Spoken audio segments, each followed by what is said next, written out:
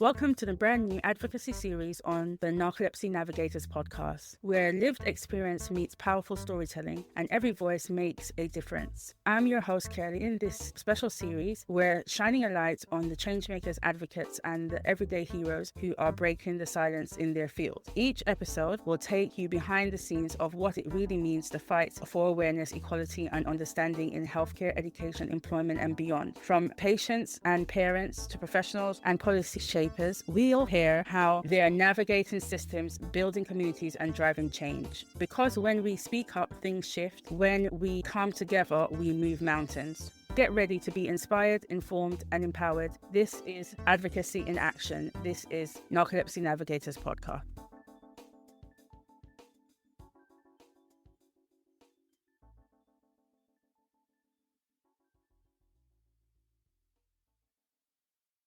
Hi everyone, welcome to Narcolepsy Navigators. I am Kerly, your host. I have narcolepsy type 1. And I'm Liz, your co-host, and I also have narcolepsy with cataplexy. And today we have a special series. We have the advocacy series, and our guest is Claire Wylds Wright. Claire Wylds Wright is a British-born advocate for individuals and families affected by sleep disorders, particularly narcolepsy.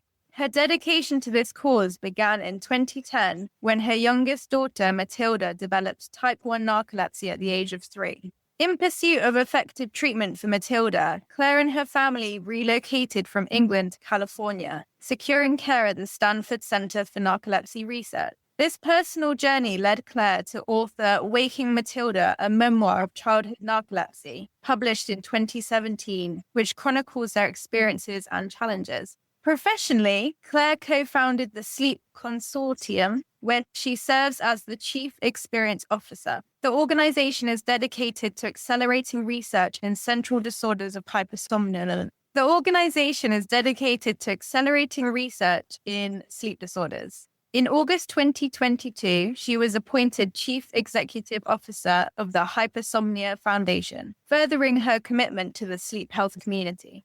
Claire's advocacy work has also led her to host the Narcolepsy 360 podcast, where she shares insights and stories related to sleep disorders. Her efforts continue to impact the lives of those affected by sleep disorders, promoting awareness, research, and support. Welcome, Claire. Thank you for having me. It's such an honor. I was so excited to have some time with you both. So thank you. It's my privilege to be here. Can you share what initially inspired you to become an advocate for people with narcolepsy and other sleep disorders?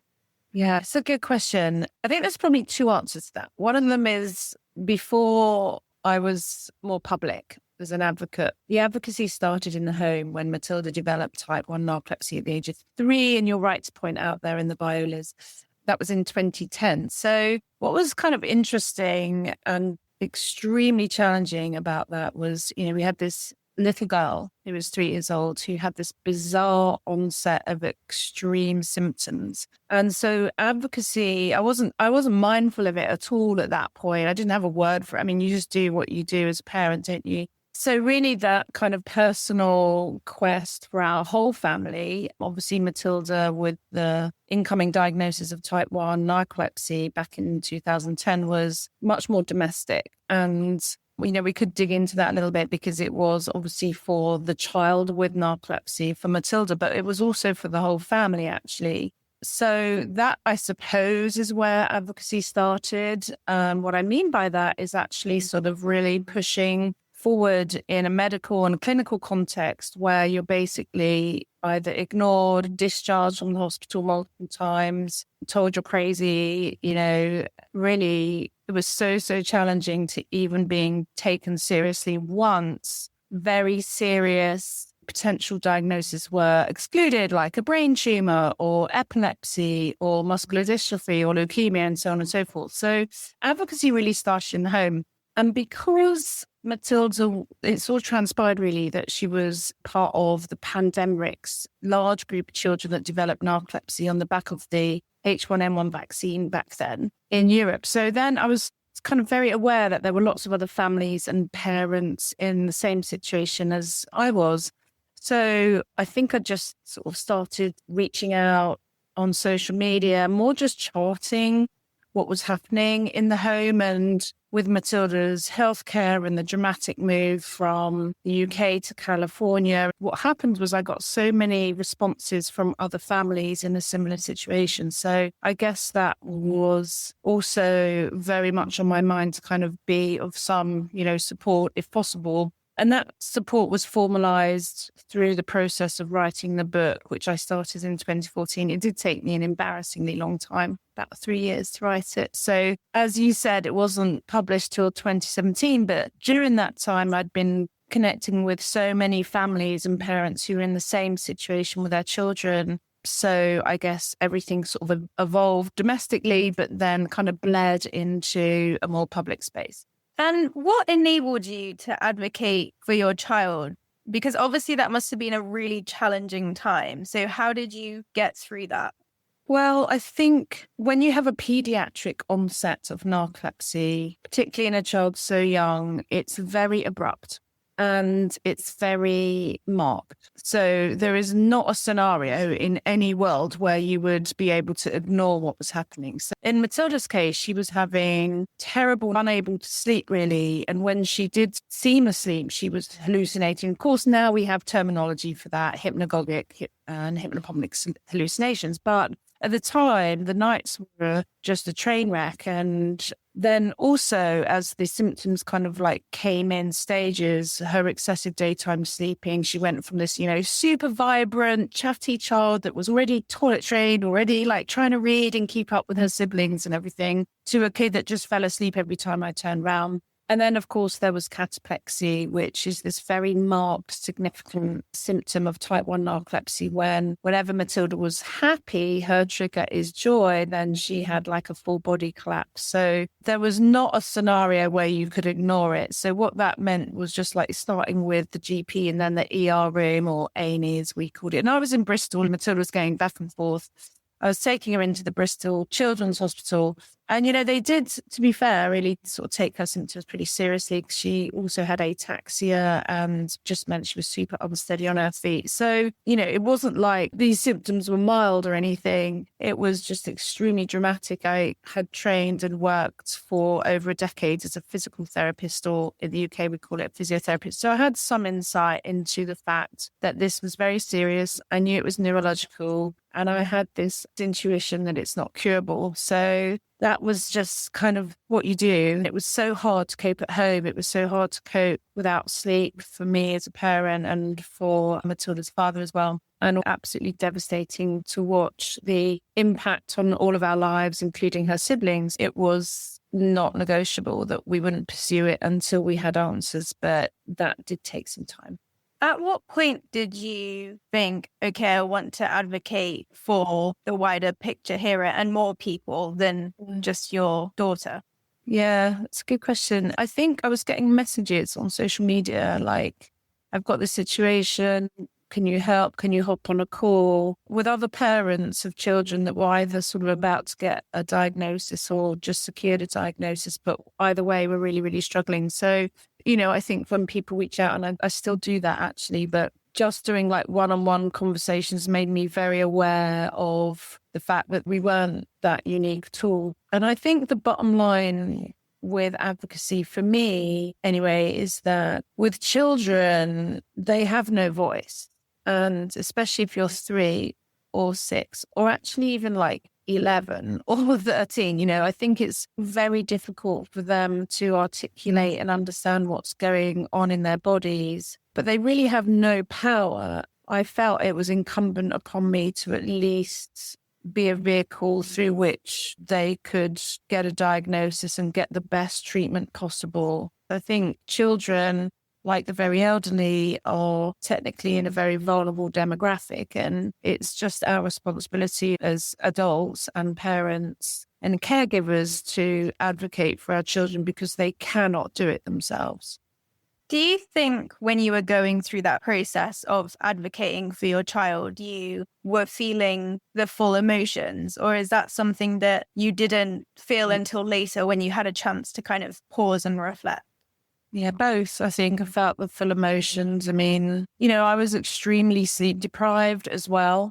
and extremely concerned for Tilda, her health. I wondered whether it was something more devastating, something more terminal. But also just our lives were derailed. I was homeschooling her older two siblings. Everything went out the window. So there was like the immediate chaos and devastation and grief. And then that deep-seated sense of like nothing's ever going to be the same. And I remember feeling like someone had put their hand in my heart and like ripped it out of my chest. It's extraordinarily painful to watch someone you love suffer. And I think particularly for a child, as I say, so young. So there was like an immediate grief. But once we got over to America, and particularly California, that is so cognizant of the psychological impact of trauma and just working through the grieving process. So then I was kind of a bit more aware that I was aware of the 6/7 stages of grieving, sort of between the, 2011, 2017, and kind of bounced around on, first of all, it's like shock, and then it's anger, and then it's denial, and then all these things. And it was just really helpful for me to understand that process. I wasn't in therapy at the time. That was a regret of mine. I wish I was. In any case, I was just very aware of being in denial, and guilt is a part of it. So the parents that took their children to the H1N1 vaccine, that was a whole thing. And then moving towards the end of those stages, being cognizant of where you're at within that kind of non-linear framework is at the very end making meaning. I wasn't even super aware of it at the time, but I think advocacy was my way of making meaning and doing what I could for families and children outside of our own home. Yes, that makes sense. I think my mum felt exactly the same because I was also a product of the pandemics vaccine. Were you, Liz, at the time? I was 14, so I was quite a bit older than Matilda. Were you in Bristol at that time as well? I was, yeah. So my mum was a massive advocate for me, but I know that she actually read your book, which I think really helped her in a lot of ways. But she felt a lot of guilt, I think. So yeah, totally understandable. Wow.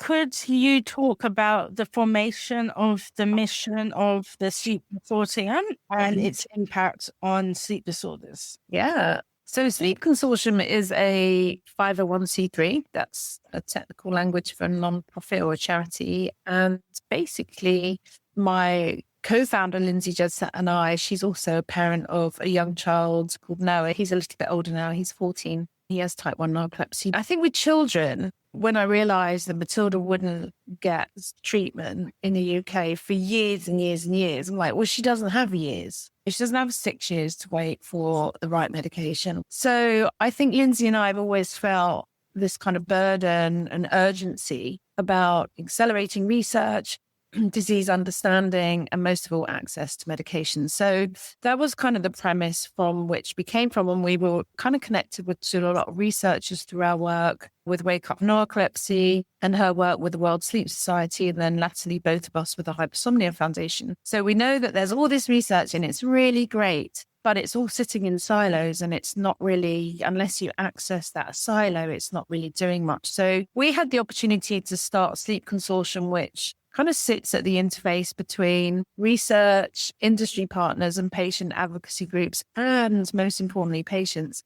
to then gather the data. So that's patient health records, also registry data, and actually interconnect it on a digital platform that uses AI to kind of speak and interconnect lots of disease areas. So what's really good about that is that all the research that we know is like in an institution or an academic place, it all gets collated, put into the system alongside patients' information, even genomic stuff and all sorts of basic records, but also more sophisticated records. And then that data is intersected with other disease areas so that the research is completely accelerated. If you're a researcher in sleep medicine and you have a very specific question, but it takes you ages to find the one paper somewhere, if you come onto our platform, you can just type in your question and it would pull it all across. It's really about accelerating the information and sharing it so that we get a much better idea of disease progression, but also eventually access and better medications and faster access to medications. It's pretty cool. So does that mean that a GP, for example, or a general doctor could type in their question and then get information back almost immediately? Yeah, definitely. So healthcare professionals, that's another group of experts or people just wanting to know more about the disease and where the current research is. So yes, absolutely. We just make sure that they're like kosher and they sign a few forms. It's very heavily governanced. It's pretty technical on the back end, but forward facing, it's extremely accessible. So there are some check boxes there, but absolutely yes. Healthcare professionals will be able to access that information. Other projects within Sleep Consortium, actually, this year we're developing something maybe more to your point, Liz, called Curbside. Yeah, we went, I think I must have taken Matilda to our GP. I hate to admit this. It was probably over a dozen times, as a file gets like thicker and thicker. And I wonder whether if our GP had been able to go onto a platform where he could have said kind of like, oh my God, I don't know what to do about this little girl, she's got a diagnosis of narcolepsy, but I don't know what to do. So Sleep Consortium is also setting up something called Curbside where doctors can come in and say, I have this patient, they may or may not have a diagnosis. I don't know what to do. And then they'll get a lot of feedback from experts and it will be a platform. So Sleep Consortium, the central mission is the portal for sure. We also work quite closely with FDA on certain projects over here in the States, but the Curbside, the opportunity for doctors to come in who might not be specialists, but they're still seeing these patients. So we're pretty excited about that project this year as well, which we hope to launch by the end of the summer, I think. Wow. You pick the topic that you might best want to go through that day, and then you can answer those questions and you just save it. And the next time you go, you continue. Right. So there's a head to toe when you get into we call it the Dreams portal. So if you look at the Sleep Consortium website or on social media, you'll see the access to the portal. It's free. One of the things that was really, really important to Lindsay and I was that the patients own their data and they get to consent as to who sees it. This is not buying, selling, trading data. This has come to our attention over the years is there's a lot of different patient databases and patients aren't aware that their data is being used and sometimes traded. So this is really important to us as an organization that patients are in complete control. But what we find is that people do want to share their data because they do want to contribute to research. So as you said, Kerly, you can go into the portal, you can fill out and then you can save it because, it takes 15 minutes and then come back. And if you wanted to add in your healthcare records or even like MRI scans, anything like that. And I should add that on the back end, what's really great is we have patients coming in from other disease areas, like say epilepsy or Prader-Willi or Parkinson's or something like that. And they will see questions about sleep and say, oh, okay, I definitely have this. And they will then be routed to the sleep domain, which will then give them the opportunity to answer questions about their sleep health and lead to potentially anyway a diagnosis of a sleep disorder. So it's got a lot of versatility. But for the sake of our audience, I think I'd just say it's actually really simple when you go in. Not to feel overwhelmed at all. It's free. You get to keep all your records as well in a database so that you can take that to your doctor, especially in the UK and in countries with socialized healthcare where you might want to just print out all your data and go, here you go, So there's a lot of utility to it and we're excited that it's finally open. It took us about 3.5, 4 years to launch actually.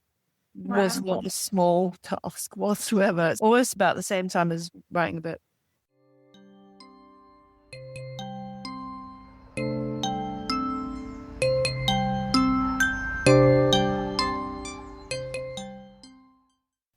In terms of the timeline, you wrote the book, you published the book in 2017. How did you get from writing a book to then setting up the Sleep Consortium? Was not like a game plan or anything, Liz. At all. The book came out, as you said, in 2017. I think immediately after I'd got approached by Wake Up Narcolepsy, who needed an executive director, which is kind of funny now when I think about it, because I'm not sure what resume I sent in at all, but it couldn't have been really good. But I think it was just on the basis of being an advocate. So the learning curve in that role in 2017 to 2021 was really steep, actually. You know, whether it's like working with a board or the broader patient community, especially writing grants and raising money. But I sort of thought, well, probably know how to write. I'm not sure I know how to write grants, but one of the things I think I've learned along the way is that it's really important to have good relationships across different groups, whether that's industry partners or other patient advocacy groups, or with researchers or institutions. So that was a really important part of my role. We set up some good programs there at Wake Up, and it was pretty obvious to me. This is even before COVID, actually, which is now sounds crazy, but we set up support groups. We did some other good work there as well, but we set up support groups, which are still running, I'm glad to say. Because I thought people need to connect online. And the thing is about sleep, is like you can't, if you've got a sleep disorder, you can't, especially in America, it's so massive, it's ridiculous. You can't drive 7 hours to go and meet people. So the support groups, and of course, you know, you mentioned the podcast as well, but they were just obvious things to kind of like reach a lot of people very sort of effortlessly. And I think people just need support. Like if I could have met a bunch of parents or people with narcolepsy back in 2010, it would have been a game changer.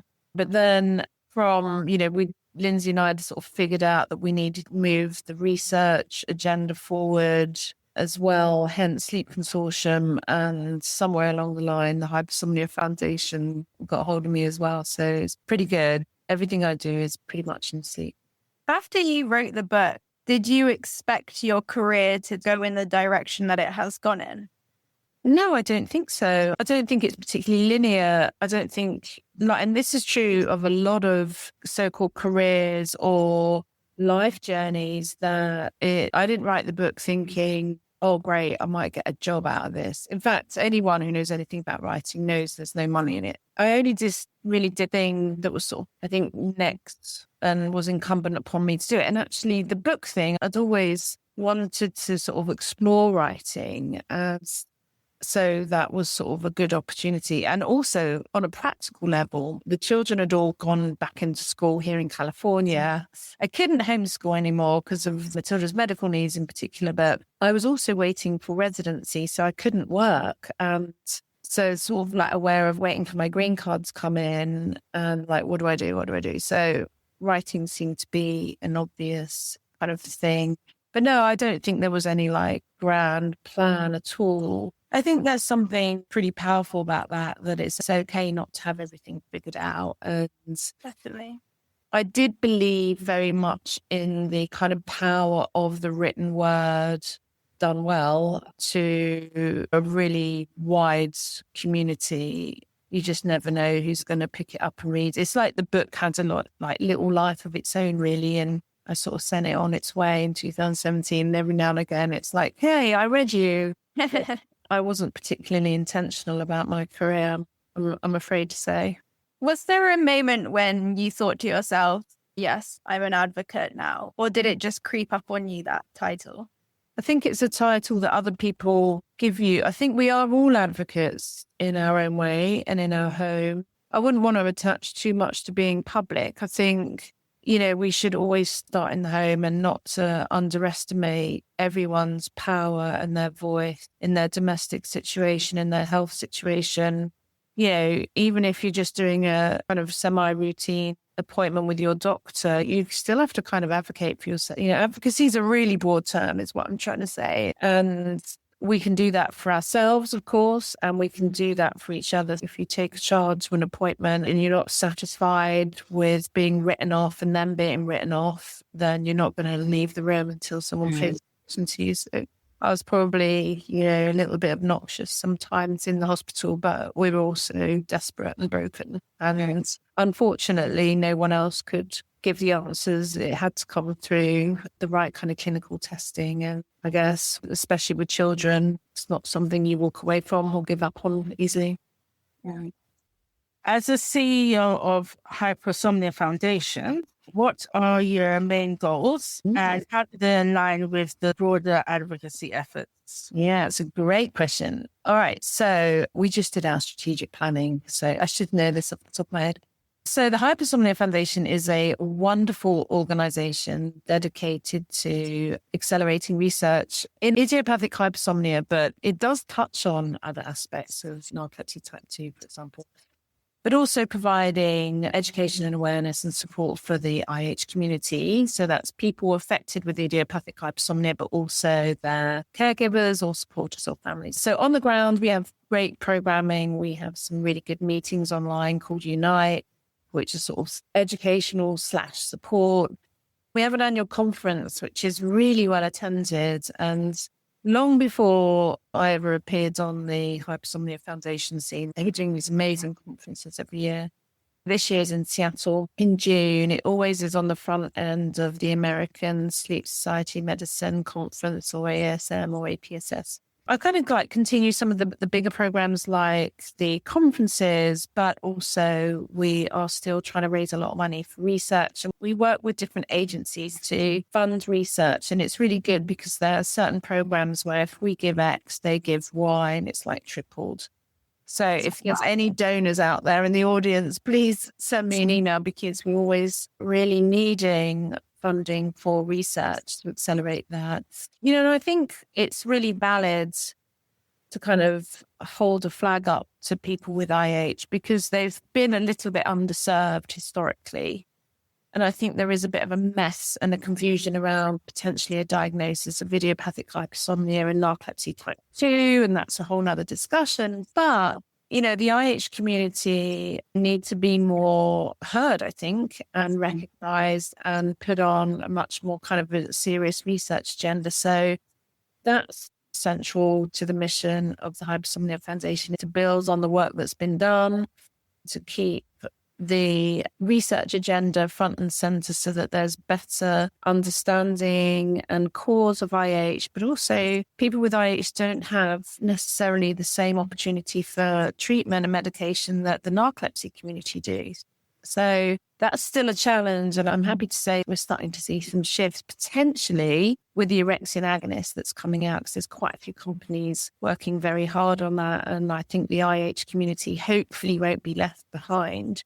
Because historically, you know, narcolepsy and, you know, it's got like, there's treatment for people with narcolepsy type 1, type 2. And then like a few years later, oh, great, now we're going to get an FDA approval for IH. And I think one of my jobs, and I work with an amazing team, by the way, so it's very much collective effort. But yeah, we want to see IH really up there on the radar and on the priority list and not always like the poor cousin to the narcolepsy community. So maybe that's a good way to phrase it.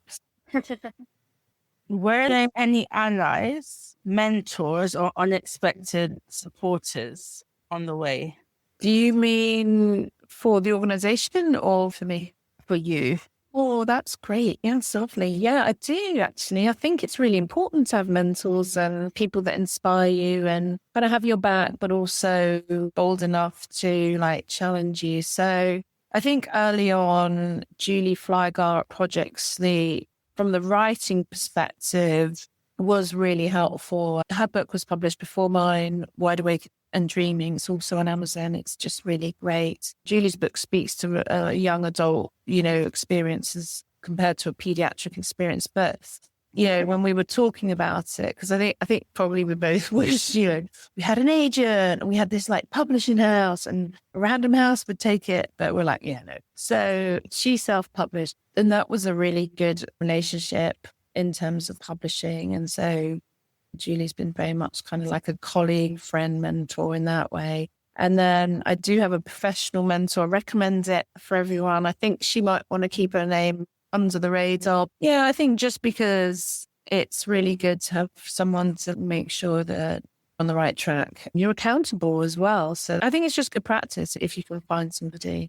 But I also have a great circle of female friends that I respect a lot as professionals who are not afraid to say if I'm barking up the wrong tree or something. They're usually right. What's your proudest moment as an advocate? I know you said that term was overused, but I don't know how else to say it. Yeah, that's kind. I don't know that I felt proud of securing a diagnosis, really, but it wasn't a straightforward milestone in the family. And given that I know so many people that have taken years and years and years, and I have adult friends who've had narcolepsy, probably more my age, like, a lot older than you two. And they've had narcolepsy since they were children, but only diagnosed in their 30s or 40s.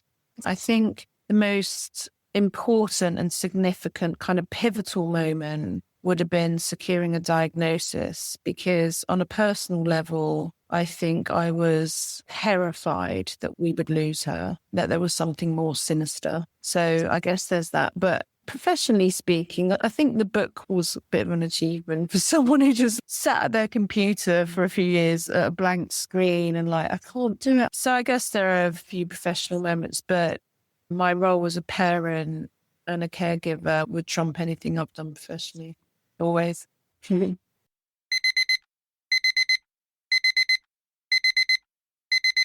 What do you think is the biggest misconception about sleep disorders that you're trying to tackle? That they are not serious and they don't have a serious impact, because everyone sleeps and everyone's felt sleep deprivation. It's a bit like if you have an eating disorder, you can't avoid food.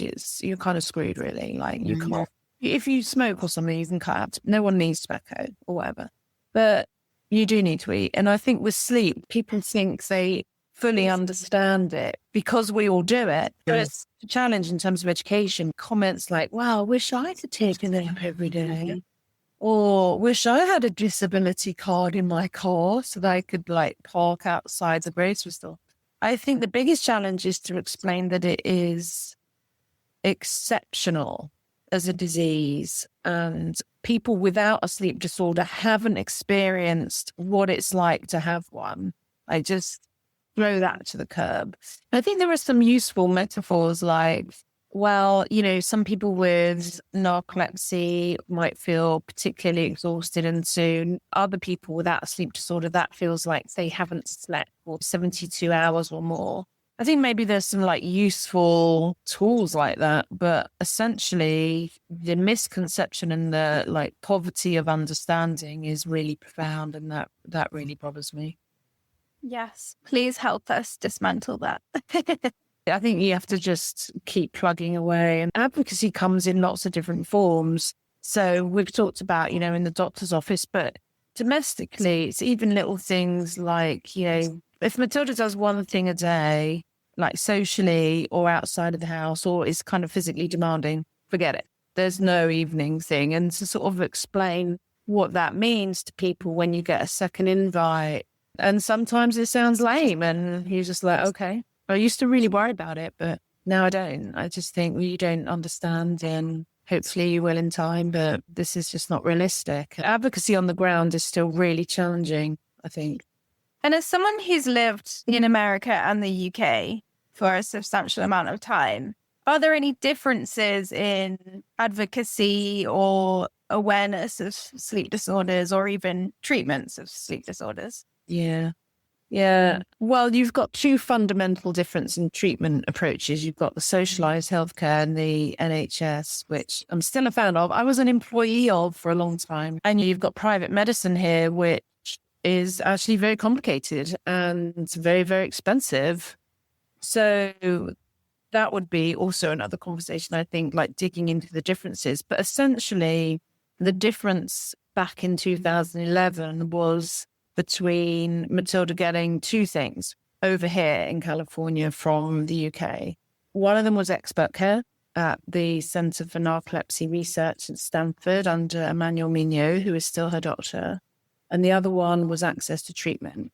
So even though there's, huge difference in healthcare systems, basically one failed her and one was workable at a cost. That's probably the best way to describe it. And it's still complicated. I mean, our health insurance bills are phenomenal, but it does mean that she can get medication. In terms of advocacy, I think the digital era is made us much more global, hasn't it? So I'm not sure there's many regional differences to being a public advocate now that everything goes online and anything you write or report is kind of seen by everyone. I do think in some ways it's been easier for me to get employed, I suppose, because America's just big and there is a lot of energy here in terms of philanthropy, especially when we're talking about running charities, 501c3s, or even there's a lot of industry, a lot of research going on here. Not only here, a lot of great research is happening in Europe, but things are very fast paced in the US. So maybe that is where it's a better fit for me, I think. I get pretty frustrated when things are slow. My mother would tell you I'm very impatient, and I think she's right. And I think that's not a great character trait, but in some ways, maybe professionally, it served me a bit better than it has personally. I feel like impatience and research doesn't quite go hand in hand, but maybe you're a positive voice on their shoulder. No. Do you think the NHS could learn anything to improve? Yeah, I mean, I think on the ground, I can't speak for like the infrastructure higher up with, like policy making and funding. But I think in terms of on the ground going to see your GP, and I did listen to a podcast recently. I can't remember what it was, but I was really encouraged. It was a British GP talking about how they were listening to the patient. And regardless of your postcode or the state you live in or the country you live in, I do think there is a shift that needs to continue in this direction where the old model of you go to the doctor, this is probably pre-internet now, somewhere between post-war and pre-internet. I think that's shifting. It's still here. No, I hope not. Well, I'm sure it is, but I think, yes.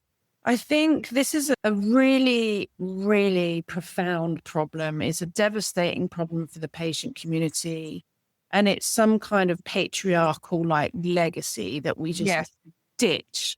Yeah. And it makes me really cross that, to be very simplistic, and I do accept there are many, many wonderful and brilliant doctors and many crap ones over here as well, by the way. But essentially, this kind of model, regardless of the postcode, the training, I think it is time to listen to patients and patients as the experts, and even to some of Matilda's doctors who, pontificated about the nuances of her disease. I was like, yeah, you need to just come and live with us for a week, because you would not even try and say that to me, you knew. And I think the patients are the experts, and there is a shift. There's a lot of really good literature that's come out about this, both sort of in peer-reviewed articles, but also, regular books online, where doctors are needing to listen. And it was about listening. And that's how Matilda got a diagnosis, because after 6 months of being investigated and failed to secure a diagnosis, then being written off as a problem child, and me, as and if you read the book, I think there's a chapter in there that talks about the fact we were both referred to psychiatric care, which we never showed up for, by the way. And then she got a diagnosis, and she got a diagnosis by a doctor from India who was doing locum coverage. And what he did was listen. And that's all he did.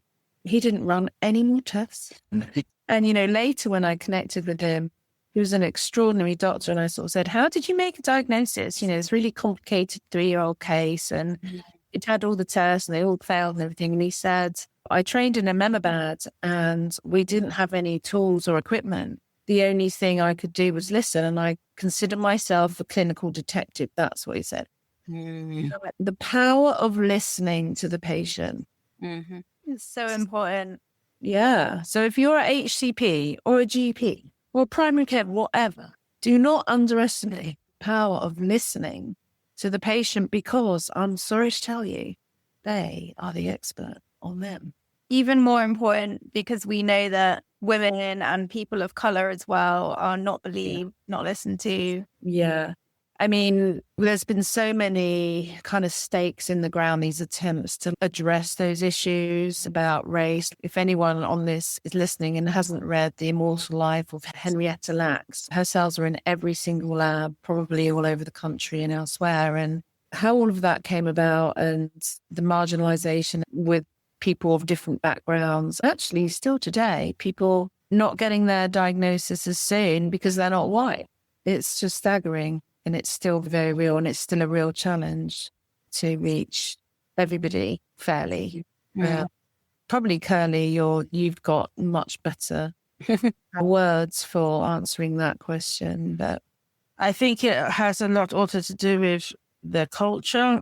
I don't know why or who told them this. We're just discussing this earlier today.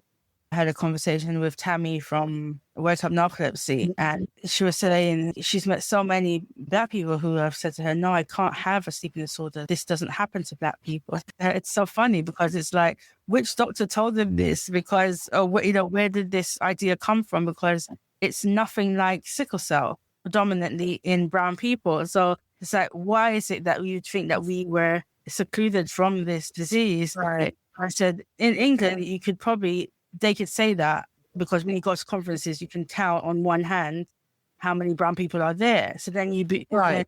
if they were to ask you then and you said to them, well, look, it really must be something to do with the color. And then I'd say maybe someone forgot to tell the Black people. I don't know. Yeah, there's a huge awareness and education gap there that is an ongoing responsibility, I think, to organisations to make sure that we're all representative and also focus and kind of put a spotlight on the fact that this demographic is being underserved. And probably underdiagnosed a lot also because of this mentality where it's like, pick yourself up, you should be a hardworking person, do what you need to do.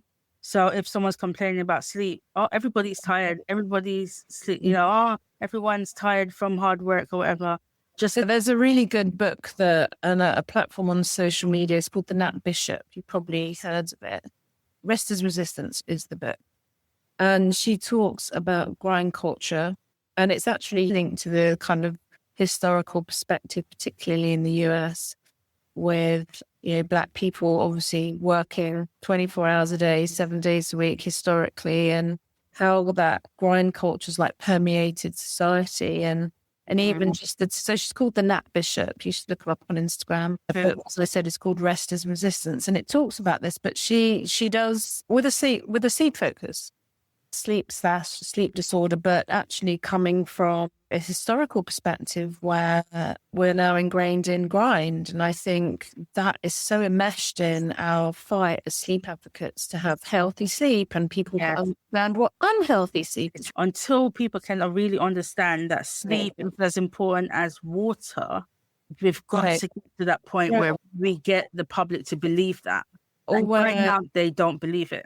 And, in the sort of school years and the college years where sleep deprivation and pulling an all-nighter is like a badge of honor. I meet so many kids going through college who are undiagnosed until later because we were all tired. We all fell asleep in the lecture the next day for different reasons. There's a lot of work still to do, I think, and that's very motivating and should propel us forward. We should also do it on the ground, whether that's in our home, outside in our communities, or more. People here are really comfortable on social media and have got good content and something to say. You guys have just done such a phenomenal job over the last, only even like a year or so? Yeah, we're coming up to anniversary next week.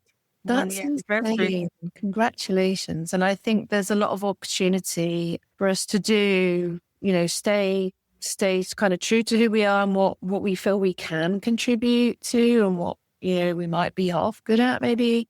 And that's good enough. And so just to encourage everyone that we're all advocates for ourselves at the doctor's office, in our homes, but also if you can do something more publicly, then that's probably a good thing too.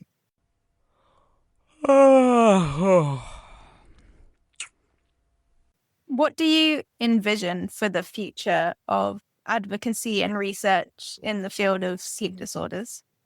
Yeah, so I think research will keep going because there's a lot of unanswered questions. particularly about cause and disease progression. But I do wonder whether the new wave of medication, and I'm referring to the orexin agonists that are forthcoming, and, there's a handful of companies that are in various phases of clinical trials from 1 to 3, with a view to drugs potentially going to market maybe even early as 2026. If it's true, and I think it is, because I've seen some of the posters at different conferences and the papers, and actually spoken to patients that have been on the trial and had the orexin agonist post-trial, that potentially is a game-changer medication for people with narcolepsy type 1, type 2, and IH. So, Oh, wow. yeah. Because it's covering IH as well. Right. Now, it's not there yet, so I'm not sure when you'll publish this, but we need to put a bit of a caveat in there. I do want to communicate that it is forthcoming, and I think it is a very tangible expectation of the symptoms of sleep disorders, NT1, NT2, and IH being very, very well controlled. That's not to say someone might not need their nighttime medication because it's a daytime medication, but the results in are pretty encouraging. And if that's true, and 5 or 10 years from now, we have 50 to 70% of people with sleep disorders on an orexin agonist, advocacy will look very different. It will just be different. Like, the support will be different. The kind of making sure that we're communicating, like, on a societal level, what a sleep disorder still is. But I always thought, actually, years and years ago, that sleep disorders is where, like, ADHD and autism spectrum was in the 80s. And now you can go into a library and you can see loads of books on those things. It's really important. And I'd always thought, gosh, 20 years from now, sleep health, sleep medicine is going to be like that. And it will be something that's as important as water or having a good diet. Is a pillar of health. So with that, with sleep health comes sleep disorders. So I think it will look really different. I'll probably be out of a job in 5 years after. I'll give that a bit of thought, actually. AI will have taken over everything. So we'll all be out of jobs. I know. So, but I think it is a season to be optimistic, and rightly so. I wouldn't, if you'd have asked me that question like 3 or 4 years ago, I'd have given a different answer, but it's definitely on the horizon and it feels quite tangible. It's good that there's hope, because if your sleep disorder has debilitated your life a lot, there are people who are living in a situation where they feel like they have no hope. Just to give them that hope back. Yeah. Something that they haven't been able to do in 10 years.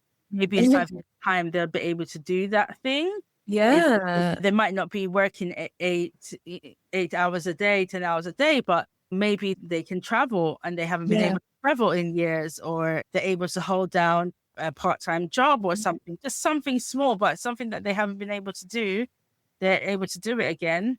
Yeah, I think the support, when I was talking about support, like 5 years from now, what would it look like? It might be, we might do sessions like don't overcompensate, because you're right. People were like, well, now I can travel and I can have, children, I can hold that. And that's all good. And I hope that, that just gives me such, really warms my heart. And I just wonder whether there'd be maybe overcompensation. Yes, there would.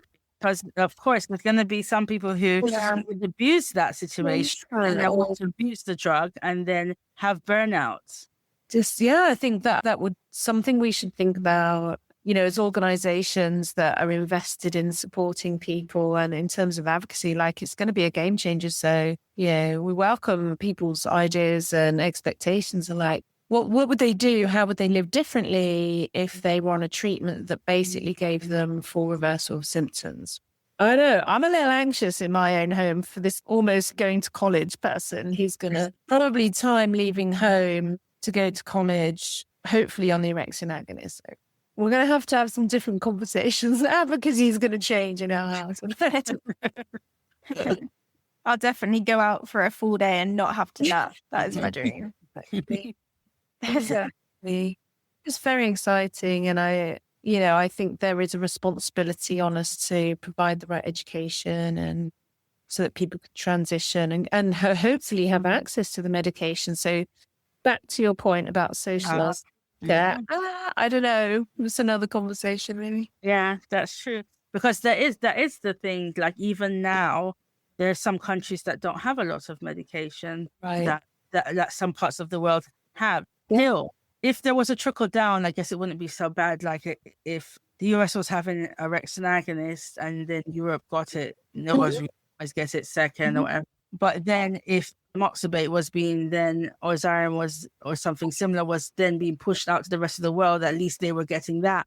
But if they were still not getting something that was as strong, then there'll be such a divide, because then it'll be people in other countries, you'll have the same illness as them, but your life is so different because you've been able to have that drug and they're still in deprivation because that drug is not being allowed in their country, or they think that it's safe. Right. And actually, you still might need oxybate therapy on the orexin agonist. So it's not that straightforward. Yeah. And just look, it wasn't that long that Australia just allowed Xyrem into their country. Right. It's really complex. But you kind of have to trust the process a little bit. And at least if it's happening, then hopefully it will like trickle down. Yeah. And there's a lot of incredible research in sleep disorders happening in Europe, in Italy and France particularly. So they are no means behind. They're leading. They're very much leading. True. Yeah. So wouldn't feel excluded just because if you don't live in the US. That's good. I feel like that we've got to a positive place to maybe end the podcast. But is there something else you wanted to ask, Kerly? Oh, yeah. I was just going to say, what advice would you give someone starting their advocacy journey? That's a lovely question. Starting their advocacy journey, I think like lean into what really lights you up, like what's your fire in your belly? What is your thing? Because advocacy can be all sorts of things and look for some people, it's like visual art so many I've known advocates who have a sleep disorder, like that are professional dancers and use it that way.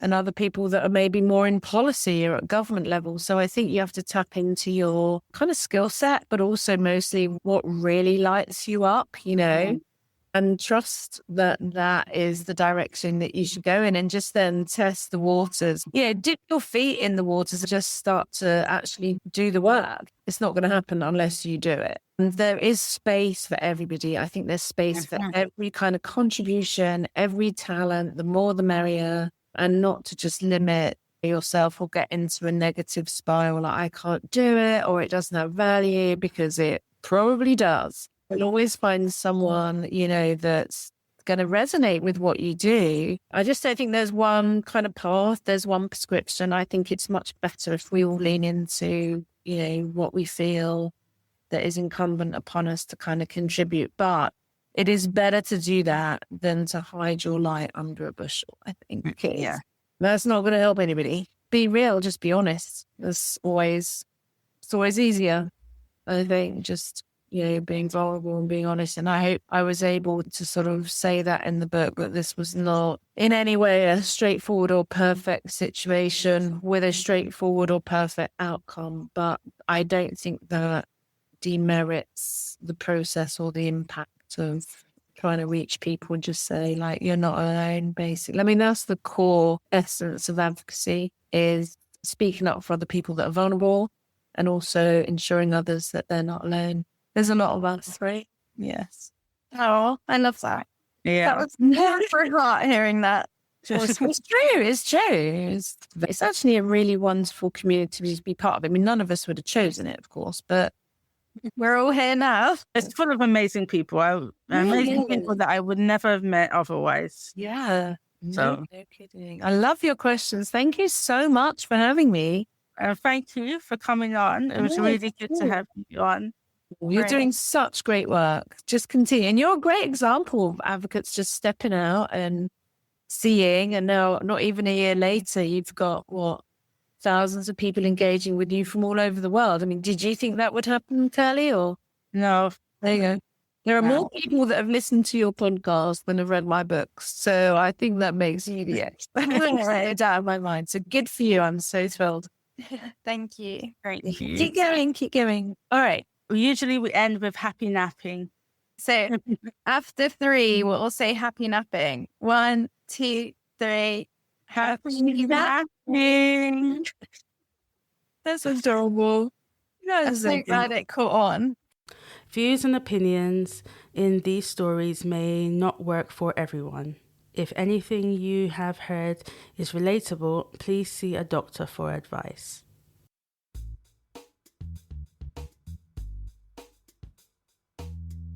Narcolepsy Navigators is produced by a team of volunteers working for the Naps for Life CIC, which is a non-profit group dedicated to improving the lives of people with sleep disorders through community action. You can help grow our podcast and join our sleep disorder support group by visiting the website www.napsforlife.com. If you or someone you know has a sleep disorder and would like to share your story on Narcolepsy Navigators, please email us at narcolepsynavigators@gmail.com. You can also support us by donating at the website. Happy napping, everyone.